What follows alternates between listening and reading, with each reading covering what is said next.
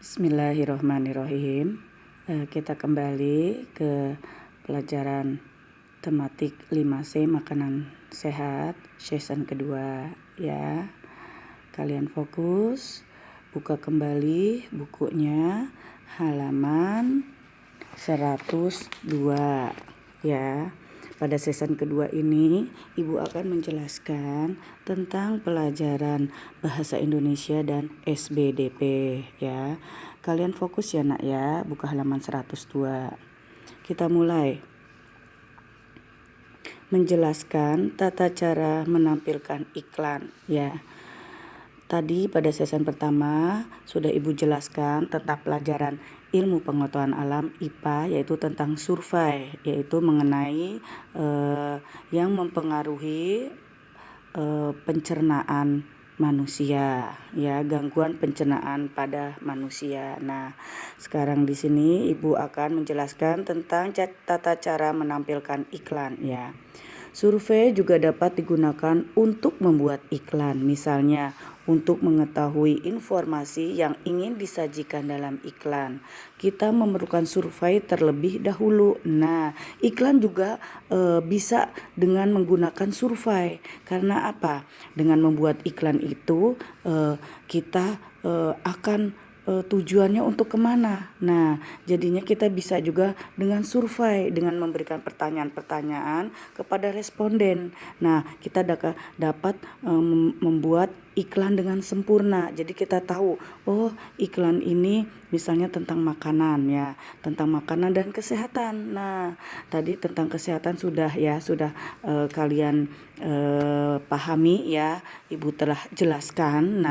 Nah di sini jadi kalau survei biasanya itu ya banyak dilakukan pada media elektronik. Iklan yang dilakukan dengan menggunakan media elektronik. Di sini lihat Nina. Pada media cetak, iklan hanya dapat ditampilkan dalam bentuk gambar yang dibuat sesuai kreativitas agar menarik. Nah, iklan media cetak itu contohnya apa nak? Dengan menggunakan koran, kemudian majalah, atau dengan brosur. Nah, jadi ditampilkannya sesuai kreativitas ya, dengan gambar-gambar yang menarik, karena hanya dengan media cetak dengan kata-kata dan gambar yang menarik. Tetapi pada media elektronik, iklan diperagakan dengan cara berakting dan berdialog agar didengar dan disaksikan oleh masyarakat. Nah, biasanya banyak menggunakan survei itu media elektronik ya nak ya. Nih, lihat di sini ya nak ya. Naskah atau storyboard. Nah, udah Ibu jelaskan juga pada kemarin ya, pembahasan yang kemarin ya. Naskah atau storyboard atau disebut juga sketsa alur cerita. Iklan pada umumnya digunakan untuk memperagakan iklan media elektronik. Nah, jadi banyak digunakan pada iklan media elektronik. Naskah atau storyboard sketsa alur cerita itu ya. Jadi dalam naskah itu terdapat peran-peran yang dilakukan oleh tokoh seperti pada film. Kemudian untuk memperagakan iklan tersebut, pemeran dapat dalam naskah iklan tersebut harus melaksanakan tata cara menampilkan iklan. Nah, jadi tokoh-tokoh tersebut itu dalam iklan menampilkan tata caranya. Bagaimana cara menampilkan iklan dengan baik. Nah, di sini adapun tata cara menampilkan iklan secara baik nih. Contohnya 1. Membaca dan memahami naskah iklan dengan seksama, khususnya peran yang akan diperankan. Nah, jadi tokoh itu ya yang mau memerankan iklan itu, misalnya dia harus memahami naskah. Naskah itu adalah tulisan yang harus dihafal, yang harus dibaca kemudian dihafal, kemudian diperagakan. Ya, dia harus memahaminya tentang apa naskah iklan itu, tentang makanan, tentang kesehatan, atau tentang apa saja ya nak ya. Yang kedua, memahami alur naskah dan menghafal dialog peran. Nah, jadi harus memahami naskahnya atau tulisan itu dan dia menghafalnya dalam peran, tidak membaca tapi menghafal. Yang ketiga, menggunakan suara yang lantang dengan intonasi yang jelas saat berdialog. Jadi jelas kata-katanya dan lantang lantang ya, tidak bertele-tele ya, jadi ringkas tapi enak didengar. Kemudian yang keempat, berakting sesuai alur naskah dengan ekspresi yang tepat dan gerak tubuh yang percaya diri. Nah, jadinya dia harus sesuai dengan naskahnya. Misalnya dia sedang tertawa, nah dia tertawa harus sesuai dengan alur tubuhnya dan percaya diri. Misalnya tersenyum, seperti kan Pepsodent, misalnya tersenyum giginya kelihatan. Nah, lihat tuh, nah giginya kan bagus. Nah, sesuai dengan gerak tubuhnya. Yang kelima, menggunakan perlengkapan yang mendukung peragaan iklan atau peran yang dimainkan, yaitu misalnya di sini nih ada nih nak nih. Di sini tentang makanan iklannya, di daerah Padang yang terkenal adalah rendang. Nah, ini dengan pakaian adat Minang ya, dari Sumatera Barat. Jadi perlengkapannya itu harus sesuai dengan iklan yang dimaksud. Nah, ya. Kemudian 6, melakukan kontak mata dengan penonton, harus ke depan matanya ya, jangan. Nah, yang ketujuh nih ada memperhatikan posisi tubuh dengan arah pandangan penonton. Jadi ke depan arahnya ya. Kontak matanya ke depan, jangan ke samping, jangan samping kanan kiri, harus fokus ke depan. Dan yang kedelapan, jangan membelakangi penonton saat memperagakan iklan. Jangan dibelakangi penontonnya tuh. Ibu bilang fokus ke depan matanya, kemudian perhatikan posisi tubuhnya ke depan, tidak membelakangi penonton. Nah, di sini nih ada contohnya nih. Nih, ada tanya jawab ya. Ini ceritanya nih, sedang promosi iklan juga. Lihat nih Padang tidak hanya terkenal dengan rendang yang enak. Benar sekali, di sana ada juga tradisi yang masih hidup hingga sekarang, misalnya makan bajamba.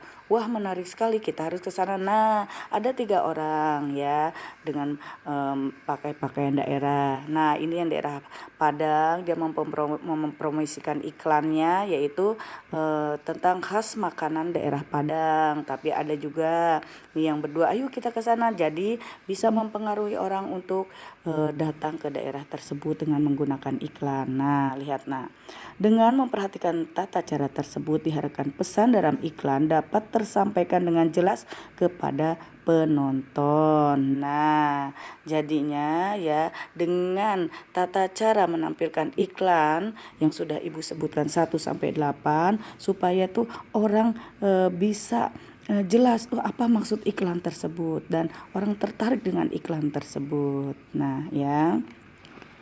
Kemudian kita lanjutkan halaman 103. Nah, halaman 103 ini Ibu akan menerangkan tentang pelajaran SBDP. Tadi sesi pertama sudah pelajaran IPA, ilmu pengetahuan alam. Sesi kedua ini adalah pelajaran bahasa Indonesia dan SBDP. Nah, dalam pelajaran SBDP ini ya Ibu akan menjelaskan tentang karya seni rupa Nusantara. Lihat ya ya. Fokus, dengarkan penjelasan Ibu. Iklan juga dapat digunakan untuk mempromosikan hasil seni rupa Nusantara. Sebagian besar pembuatan karya seni rupa daerah memerlukan keterampilan tangan. Satu jenis karya seni bisa berbeda-beda motif hiasnya. Setiap karya seni memiliki ciri dan kekhasan. Nah, iklan juga dapat mempromosikan seni budaya Nusantara. Contohnya adalah keterampilan tangan, yaitu contoh keterampilan tangan selain seni lukis, kemudian seni patung, seni pahat ya, ada juga yang namanya tenun ya, dan membatik. Nah, lihat nih motif tenun dari batik tenun ikat Toraja. Ini dari daerah mana Toraja? Sulawesi. Kemudian tenun ulos Sumatera Utara dan tenun songket Pandai Sike Minangkabau. Ini dari daerah Padang, Sumatera Barat. Nah, ini udah contoh-contohnya ya motif tenun ya. Kemudian kalian buka halaman 104. Nah, halaman 104 ini motif batik. Nah, di sini ada motif batik Sidomukti Yogyakarta, motif batik Jepara, motif batik Solo, motif batik Cirebon. Nah, di sini ada yang keterampilan tangan daerah itu tadi dengan tenun dan membuat batik. Nah, lihat di sini, Nak. Meskipun motifnya berbeda, cara pembuatan karya yang sejenis hampir sama nih. Kalau tenun dia juga lihat, nah, kain tenun dibuat menggunakan alat tenun, benang ditenun satu persatu sesuai pola. Jadi menggunakan keterampilan tangan, tetapi memakai alat tenun tuh lihatnya dari kayu ini ya, Nak, dengan keterampilan tangan. Kemudian juga batik tulis dengan menggunakan tangan, ya dengan cara dilukis memakai canting dengan lilin. Nah, ini membatik, cara membatik, yang ini menenun. Nah, di bawahnya selain dilukis menggunakan canting, batik dibuat dengan teknik berikut. Nah, dengan cap. Nah, sudah ada capnya, tinggal dicap membuat batik. Dan teknik sablon. Nah, sablon itu juga dengan menggunakan yang sudah ada motifnya, tinggal dicetak ya, Nak ya. Nah, kamu sudah mengetahui berbagai motif dan cara membuat karya seni rupa Nusantara. Nah, dengan kreativitas tangan dapat membatik dan menenun. Nah, di sini kalian lihat contoh-contohnya, ada motif batik kawung, motif tenun ikat toraja. Nah, sekian pembahasan season 2 dari Ibu Indri ya. Ibu mohon hari ini kalian tetap semangat ya. Dan kalian setelah mendengarkan penjelasan dari Bu Indi, coba kalian buka-buka lagi kembali bukunya, baca di rumah, tetap di rumah dan tetap semangat. Akhir kata, wassalamualaikum warahmatullahi wabarakatuh.